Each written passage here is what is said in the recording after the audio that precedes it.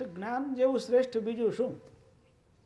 નહીં જ્ઞાનેન સદૃશમ પવિત્રમિહ વિદ્યતે.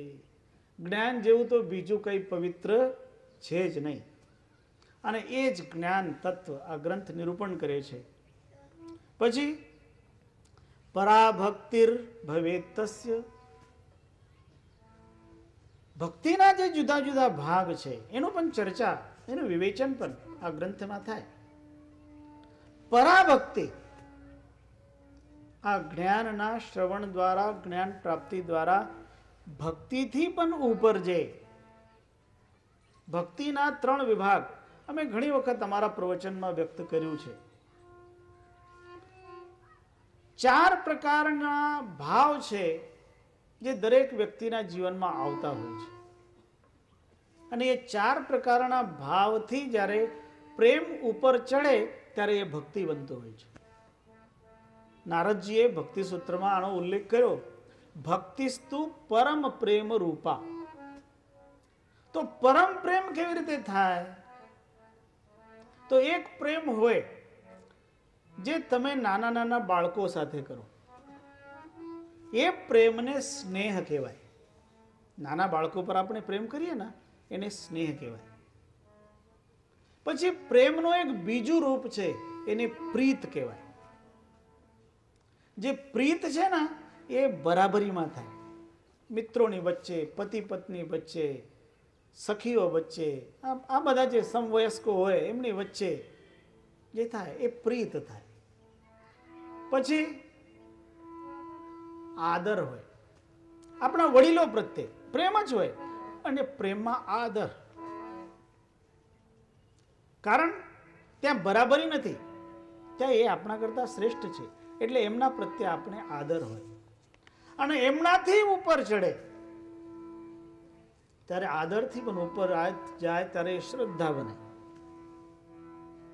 આ 4 ભાવ થયા પ્રેમના. પણ આ 4 ભાવનું જ્યારે અતિક્રમણ થાય ત્યારે એ ભક્તિ બનતું હોય છે. અને એ ભક્તિમાં પણ જે પરાભક્તિ છે એનું વિવેચન આ ધર્મ ગ્રંથમાં આપણને સાંભળવા મળશે, જાણવા મળશે. એ પરાભક્તિ ભવેત તસ્ય. આ ગ્રંથના શ્રવણ કરવાથી, જ્ઞાન મેળવવાથી એને એ પરાભક્તિનો લાભ થાય. તીર્થ સ્નાનાત પરમ શ્રેષ્ઠમ. એક તીર્થ સ્નાનનું પુણ્ય હોય, પણ અહીં તો સર્વ તીર્થોના સ્નાનનું જે પુણ્ય છે એનાથી પણ શ્રેષ્ઠ પુણ્ય પ્રાપ્ત થાય. ભવેત તસ્યાધિકમ ફલમ સાધુ સંગ સમમ પુણ્યમ. આ સત્સંગ, અહીં એક શબ્દ ઉચ્ચારણ કરવામાં આવ્યો છે, એનું નામ છે સાધુ સંગ. સાધુ સંગ અને સત્સંગમાં ફરક છે. કોઈ પણ મહાત્મા પાસે તમે બેસો, કોઈ સાધુ પાસે બેસો, એમની પાસે થોડી જ્ઞાન ચર્ચા કરો, એ સાધુ સંગ છે. અને સાધુ સંગ પણ કરવો જોઈએ. કારણ સાધુઓની અંતર પણ કોઈ એવા મળે જે સંત વૃત્તિને પ્રાપ્ત થયા હોય. બધા સાધુઓ કઈ સંત નથી બનતા.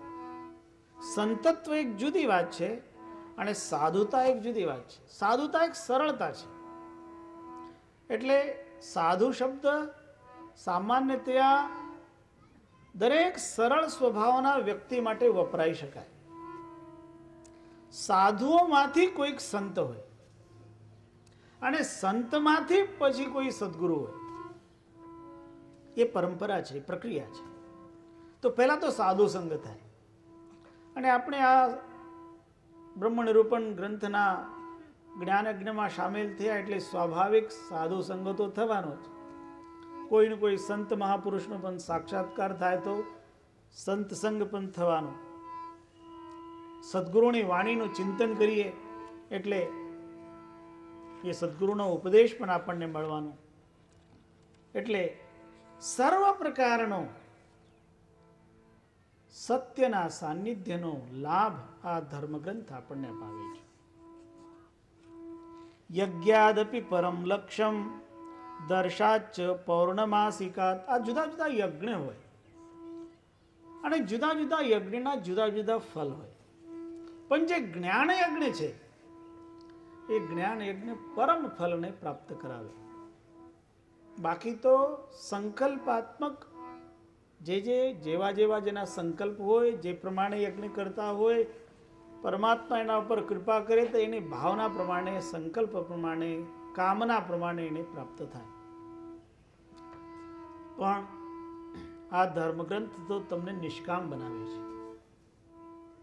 અને જ્યારે તમે નિષ્કામ થઈ જાઓ અને ત્યારે જે લાભ થાય એની કોઈ પણ તુલના કરી શકાય નહીં. એ ફળ આ ધર્મગ્રંથનું છે. ગ્રંથાશ્ચ બહવ સંતિ સ્વાત્મજ્ઞાનોદયમ કરા તેષુ શ્રેષ્ઠતમં ચેદમ સ્તોત્રમ બ્રહ્મ નિરૂપણમ. આ સ્તોત્રો ઘણા, ધર્મગ્રંથો ઘણા, પણ બ્રહ્મનું નિરૂપણ સૌથી કઠિનમાં કઠિન કાર્ય છે. આ બ્રહ્મનું નિરૂપણ કરવું. કારણ એવું છે કે બ્રહ્મની બાબતમાં કહેવાય છે કે એનું નિરૂપણ સંભવ નથી. જેનું નિરૂપણ સંભવ નથી એનું નિરૂપણ. આ જગતમાં જેને સાચી રીતે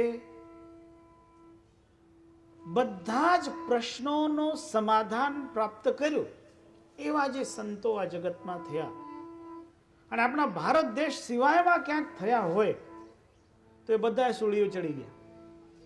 બધા જેણે અંતરના પ્રશ્નોનું સમાધાન કર્યું,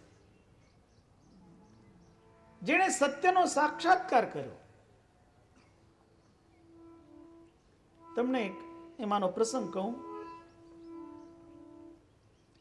શેખ મંસૂર નામના એક સૂફી સંત થયા. એ શેખ મંસૂર મુસલમાન,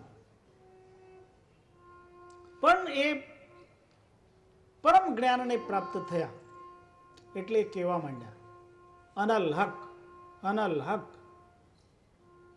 એટલે હું બ્રહ્મ છું. અનલ હક શબ્દનો અર્થ થાય છે હું બ્રહ્મ છું.